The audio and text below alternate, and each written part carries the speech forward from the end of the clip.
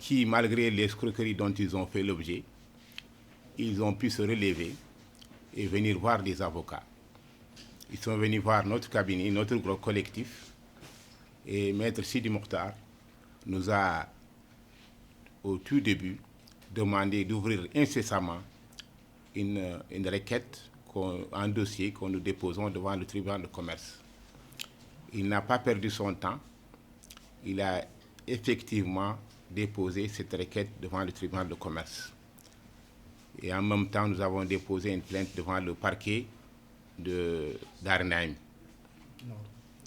Nouakchott Nord. Le tribunal a mis du temps pour répondre à nos demandes. Heureusement, le tribunal de commerce a pu nous ouvrir un dossier. Il a adressé au parquet pour avis. Le parquet a mis du temps pour ramener ce dossier. Lorsqu'il est revenu, on nous a convoqués pour une audience de référé.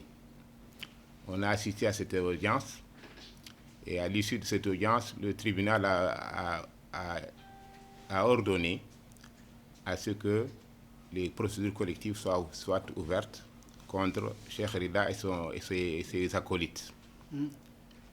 Ce jugement, même celui qui n'a pas cette ordonnance, même celui qui n'a pas fait droit, il va comprendre dans cette ordonnance que le tribunal de commerce a appliqué l'article 6 du Code de commerce qui dit dans ses dispositions que acheter et vendre des immeubles, c'est un acte de commerce. Tout à fait. Donc, les avocats qui ont fait des recours, des appels et des oppositions contre cette ordonnance, ils n'ont pas compris. Parce que le juge n'a pas besoin de dire Cheikh Rida est un commerçant. L'article est inclus dans l'ordonnance qu'ils ont faite. En lisant cette ordonnance, on comprend que le juge a effectivement appliqué la loi. Cependant, l'erreur qu'il a faite, ce tribunal, c'est de déterminer la date de cessation de paiement de façon péremptoire, sans s'adresser à la masse des créanciers, sans s'adresser aux experts et aux liquidateurs. Ça, nous avons déjà fait un recours contre cette date qui a été précisée par le tribunal, parce que nous considérons que ça va à l'encontre des intérêts et des droits de nos clients.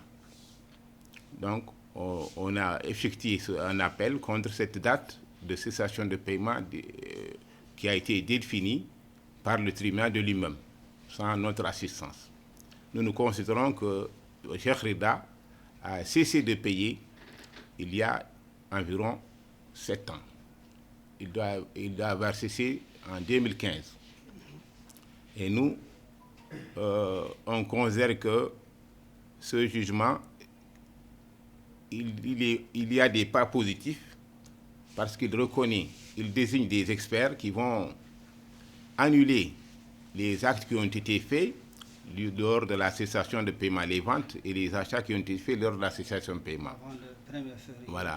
2018. Donc, ils vont annuler ces ventes et remettre les gens dans leurs droits. Vendre les maisons qui restent, et de prendre le capital de Cheikh Rida et de ses acolytes, payer les créanciers.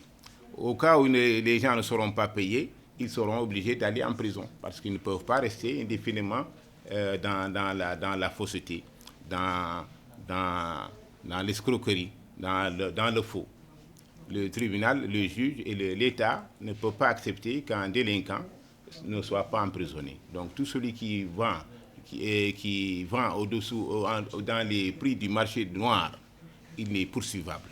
On ne devait même pas nous attendre que l'avocat introduise une action. Le juge de lui-même devait déjà arrêter Cheikh Rida de lui-même. Nous remercions l'assistance